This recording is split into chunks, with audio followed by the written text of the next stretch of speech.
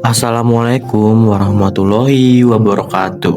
Salam sejahtera untuk kita semua. Pada video ini saya akan menjelaskan hasil analisis program tugas 11, yaitu berisi beberapa contoh program dasar dalam pemrograman.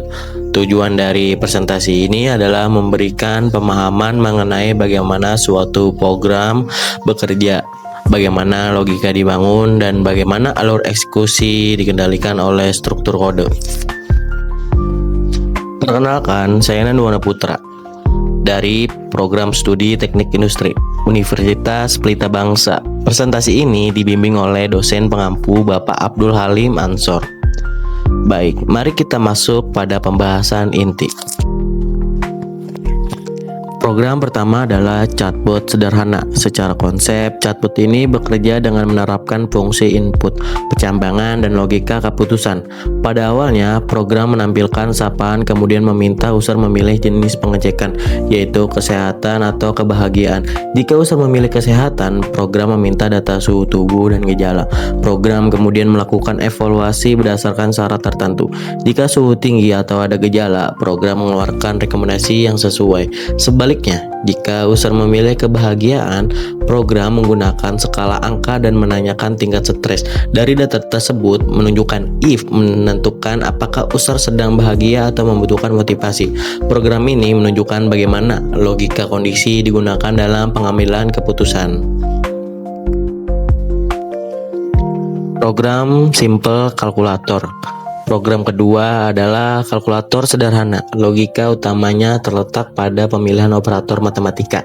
User diminta memasukkan pilihan operasi, kemudian memasukkan angka pertama dan kedua.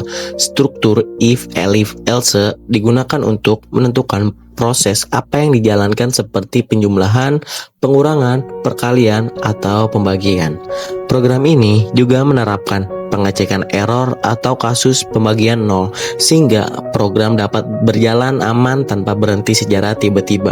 Kalkulator ini adalah contoh dasar penggunaan operator aritmatika dan percabangan dalam pemrograman. Program alarm clock. Program alarm ini merupakan contoh penggunaan library eksternal, yaitu model time. Pertama, user menentukan jam dan menit alarm, kemudian program membuat format waktu yang dicocokkan. Di dalam loop while, program terus menentu waktu sekarang menggunakan type strip time. Jika waktu saat ini sama dengan waktu alarm, program menghentikan loop dan menampilkan pesan alarm. Konsep penting di sini adalah pembacaan waktu real time, penggunaan looping tak terhingga, serta delay dengan time sleep agar proses tetap efisien. Program ini menunjukkan bagaimana pemrograman dapat berinteraksi dengan waktu sistem. Pada program ini, user diminta memasukkan beberapa tahun. Tahun-tahun tersebut disimpan dalam sebuah list. Kemudian, setiap tahun diperiksa menggunakan logika matematika tahun kabisat. Struktur kondisi mengecek apakah sebuah tahun habis dibagi 400 atau habis dibagi 4, namun tidak habis dibagi 100. Program ini menunjukkan penggunaan looping for dan list dan logika matematika sederhana. Dengan struktur ini, program mampu mengevaluasi banyak tahun sekaligus secara efisien. Program chatbot konsultasi. Program terakhir adalah chatbot konsultasi.